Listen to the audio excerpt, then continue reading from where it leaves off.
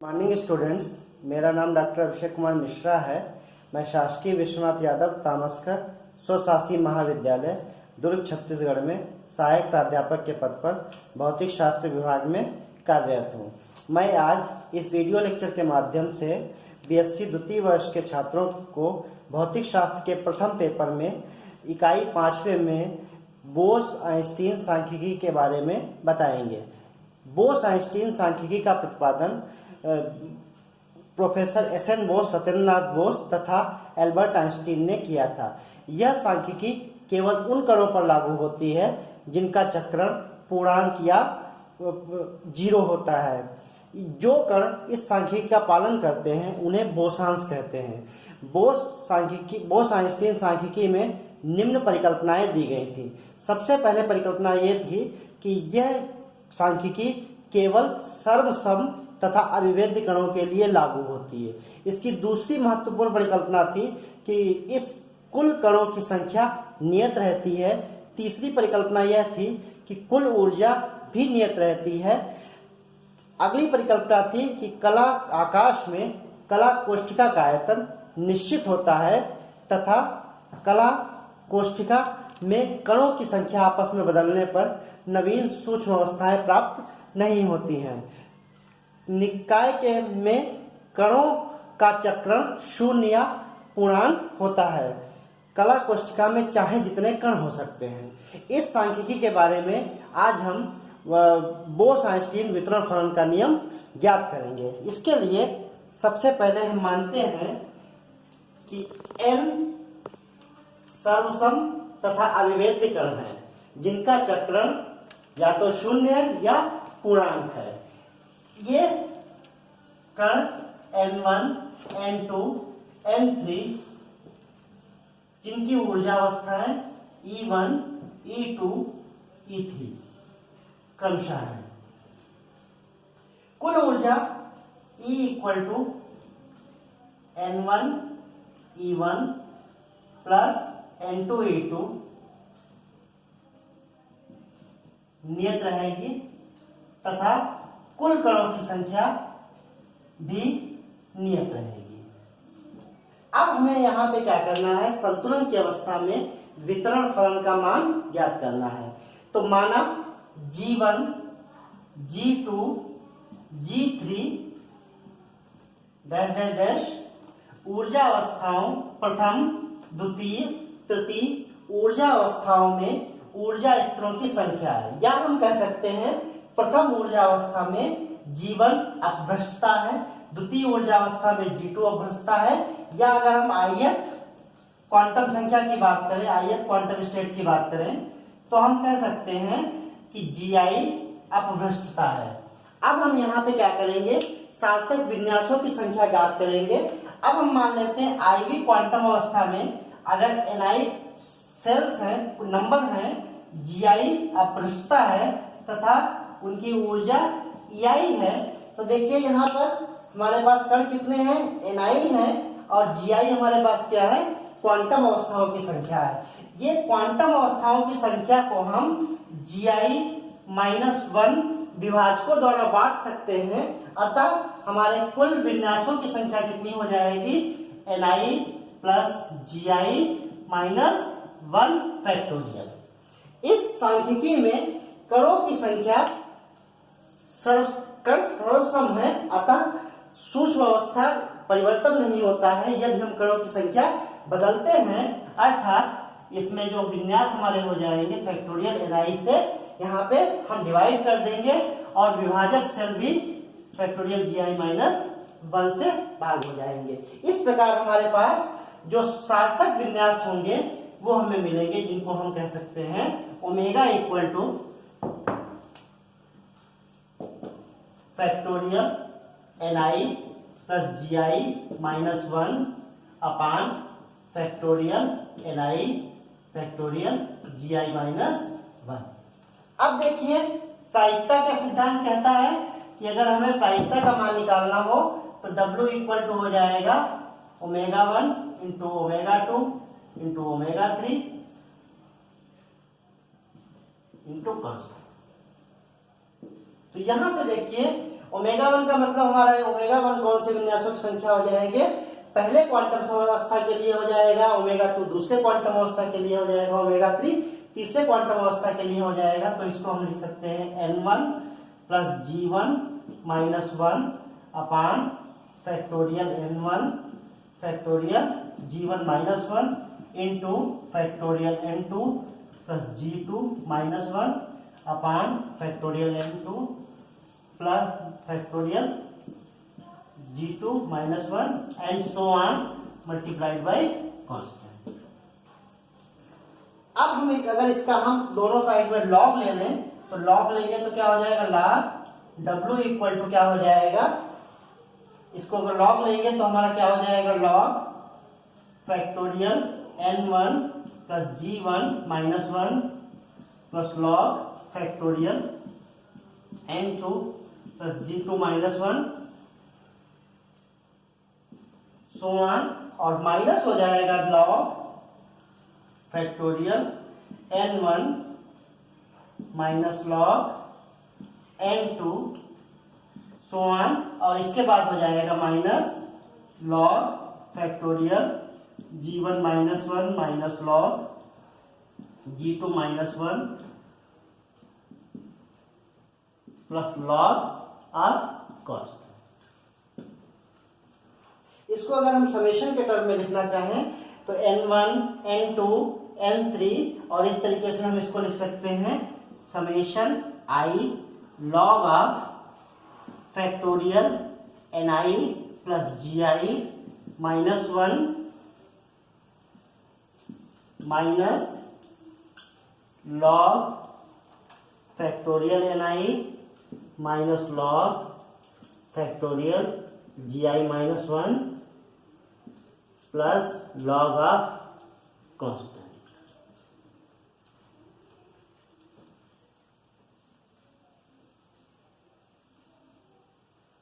ni का मान बहुत अधिक है, gi का भी मान बहुत अधिक है, इस कारण ni plus gi minus 1 is approximately equal to ni plus gi। तो हमारे पास हो जाएगा log w equal to summation i log factorial ni plus gi minus log factorial ni minus log factorial gi minus 1 plus log of constant.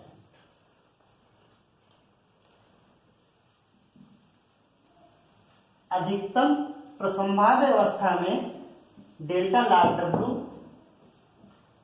का मान 0 हो जाएगा। अब यहां से देखिए ni का मान भी बहुत अधिक है, gi का भी मान बहुत अधिक है, तो इस फार्मूले में हम क्या लगा सकते हैं, स्टर्लिंग का फार्मूला लगा सकते हैं। और स्टर्लिंग अप्रॉक्सीमेशन क्या बताता है,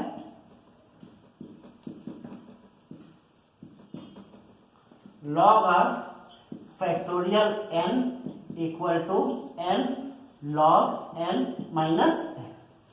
इस हिसाब से हम फार्मूले को इसमें स्टर्लिंग के अप्रॉक्सीमेशन से इसको हम कन्वर्ट कर सकते हैं, log w equal to summation i। अब यहाँ पे जब हम लगाएंगे तो n के स्थान पर हमारा है ni प्लस gi, तो पहले हमारा हो जाएगा ni plus gi multiplied by log ni plus gi।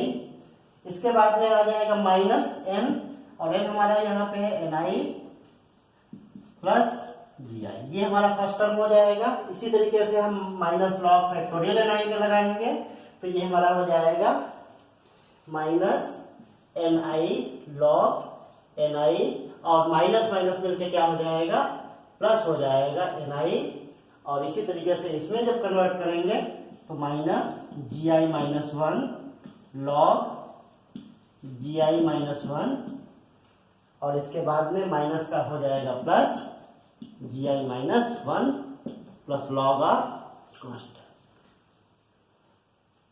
अब इसके बाद हम देखिए इसमें जब इसको हम करेंगे तो माइनस ni और ये प्लस ni कैंसिल हो जाएगा, और यहाँ से माइनस gi और ये प्लस जी आई कैंसिल हो जाएगा। तो हमें क्या मिल जाएगा,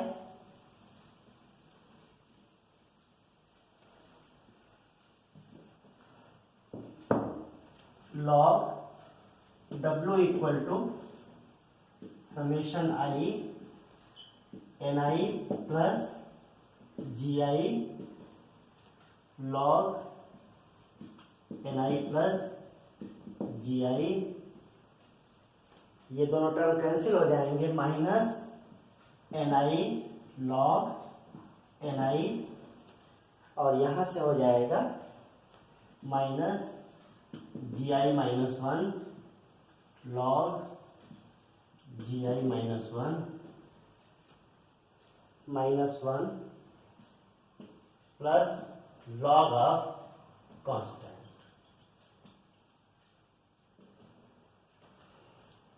अधिकतम प्रसमभाग की अवस्था में delta log w equal to 0 हो जाएगा और हमारी जो क्वांटम संख्याएं हैं इसमें कोई भी परिवर्तन नहीं होगा, जिसके कारण इसमें वेरिएशन 0 हो जाएगा।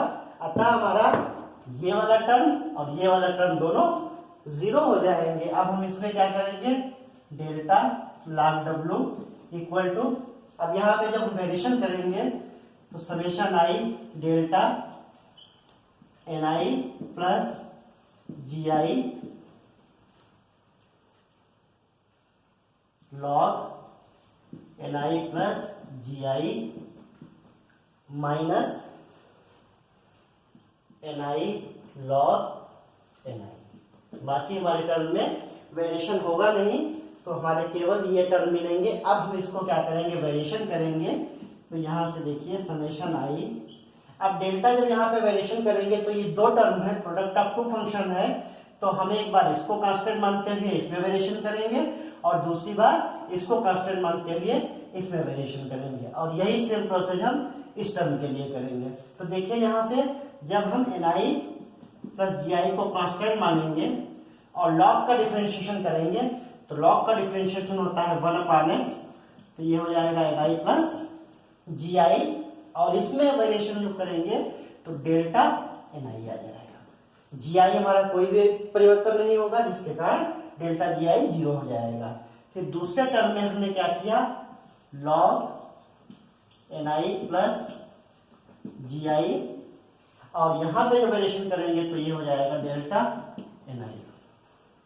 इसी तरीके से इसके टर्म में करेंगे तो यहां से एन आई मिलेगा, लॉग एन आई का 1/ni डेल्टा एन आई, और यहां से देखिए क्या मिलेगा, फिर अगला टर्म हो जाएगा minus log N i delta N i.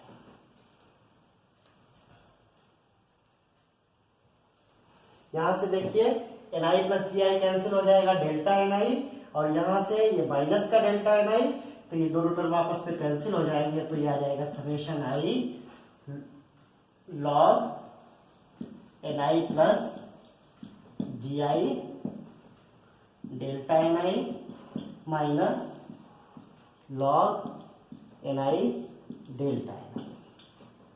ये हमारा क्या मिल जाएगा, डेल्टा log w, और डेल्टा log w का मान कितना होना चाहिए, 0 होना चाहिए। तो ये कंडीशन जब हम लगाएंगे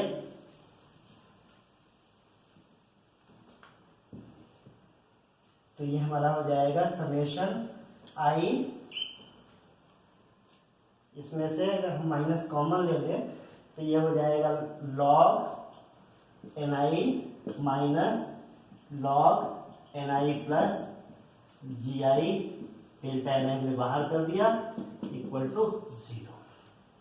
log A minus log B होता है, लॉग ए अपान बी हो जाता है, तो यहां से हम लिख सकते हैं log N I upon N I plus ji I delta N I equal to 0, और माइनस साइन अगर हटा दें तो हम इसको लिख सकते हैं summation I log N I upon N I plus ji I delta N I equal to 0। ये हमारा इक्वेशन नंबर 1 हो जाएगा।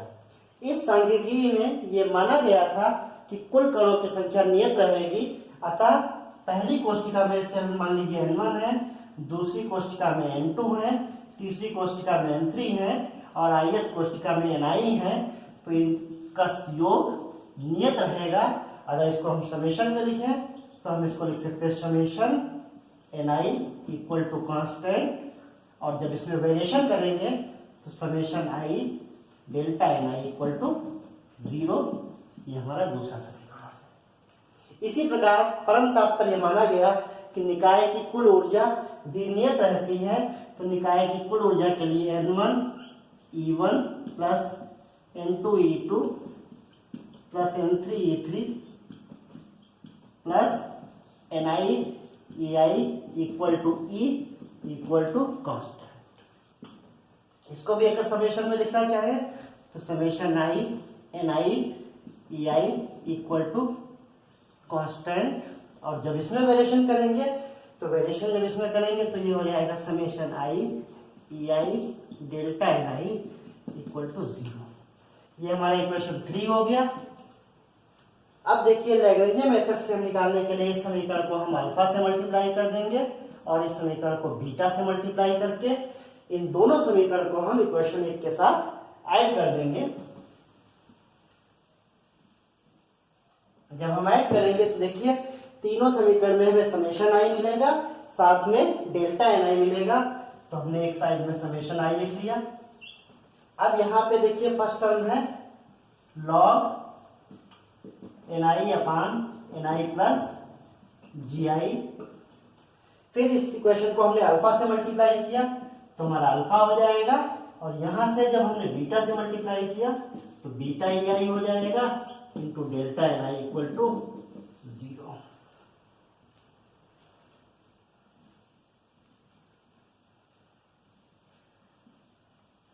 इसके पश्चात डेल्टा Ni हमारा 0 होगा नहीं, तो ब्रैकेट के टर्म के अंदर का टर्म 0 हो जाएगा, तो हम इसको लिख सकते हैं log Ni upon Ni plus Gi plus alpha plus beta Ei equal to 0। यहां से हम इसको लिख सकते हैं log Ni upon Ni plus Gi equal to minus alpha plus beta Ei। अब लॉग हटाने के लिए हम जानते हैं एक्सपोनेंशियल हमें लेना पड़ेगा, तो दोनों साइड में अगर हम एक्सपोनेंशियल ले लें तो Ni upon Ni plus Gi equal to हो जाएगा exponential minus alpha plus beta. अब अगर इसको हम चेंज कर दे तो यहां से हम लिख सकते हैं Ni plus Gi upon Ni equal to exponential alpha plus beta. इसके बाद देखिए